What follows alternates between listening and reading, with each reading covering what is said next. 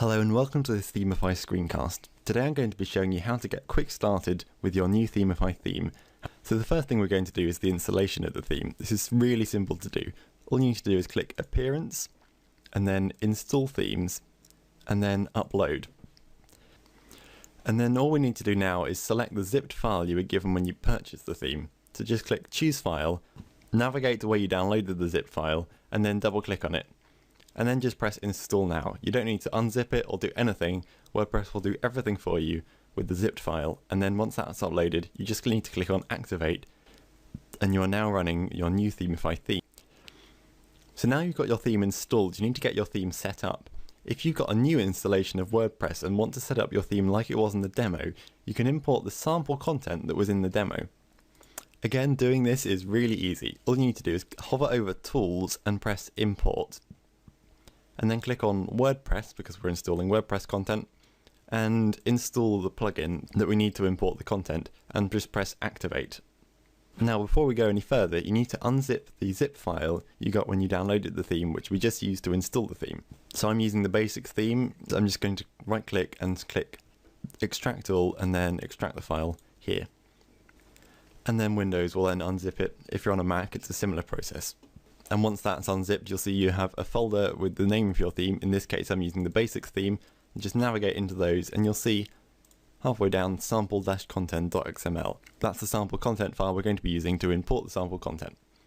So now if you just go back into WordPress, you just need to import the sample content file and upload and import it, and WordPress will do it all for you. So we do that by clicking Choose File, and then just navigate to where you unzipped your theme.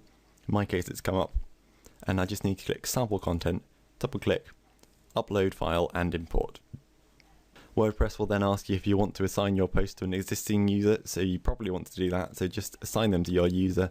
And you also want to download and import file attachments, because those are the images that were in the demo. And now if you go to your site's homepage, you'll see that you have all of the sample content that was there when you bought the theme, and we can use this to make sure your site gets properly set up. So the next thing we're going to look at is the Options panel.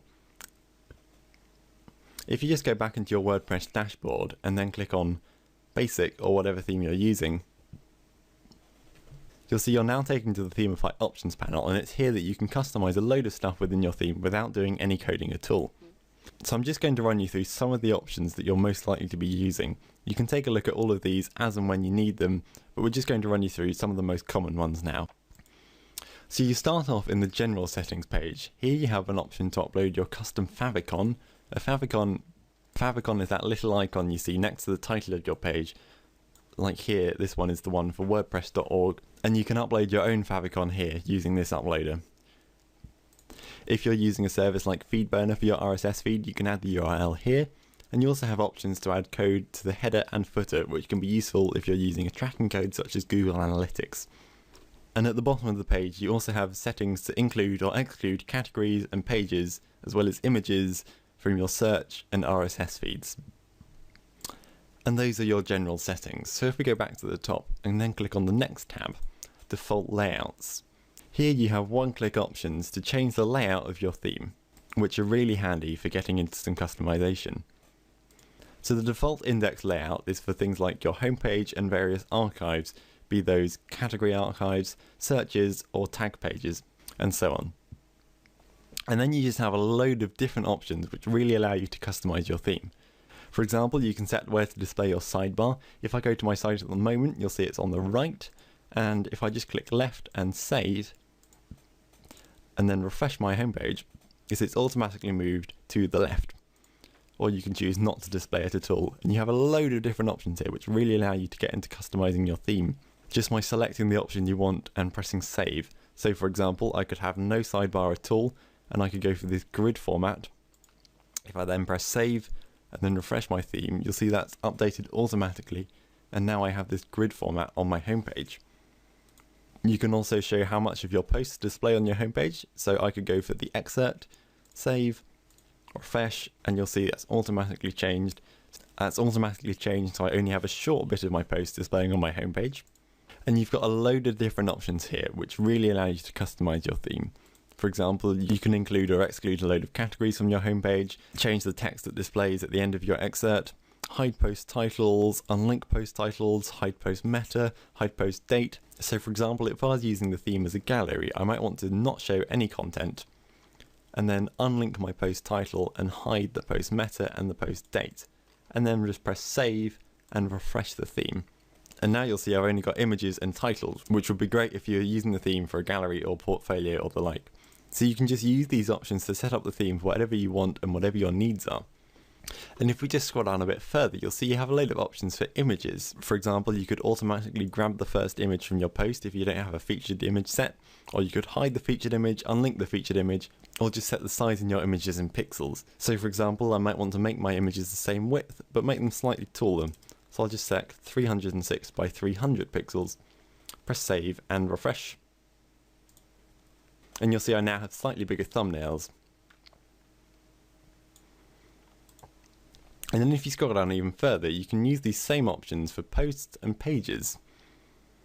So in posts, I can again select where to have the sidebar, on the right, left, or not at all, whether to hide the title, whether to link the title, have the post meta, the date, featured image, and the same options there. You can also select whether to show the post comments and author box. So just for an example, I'll disable comments by ticking that box, go up to the top, press save, and refresh a post, and you'll see there are now no comments displaying there, so that's really helpful.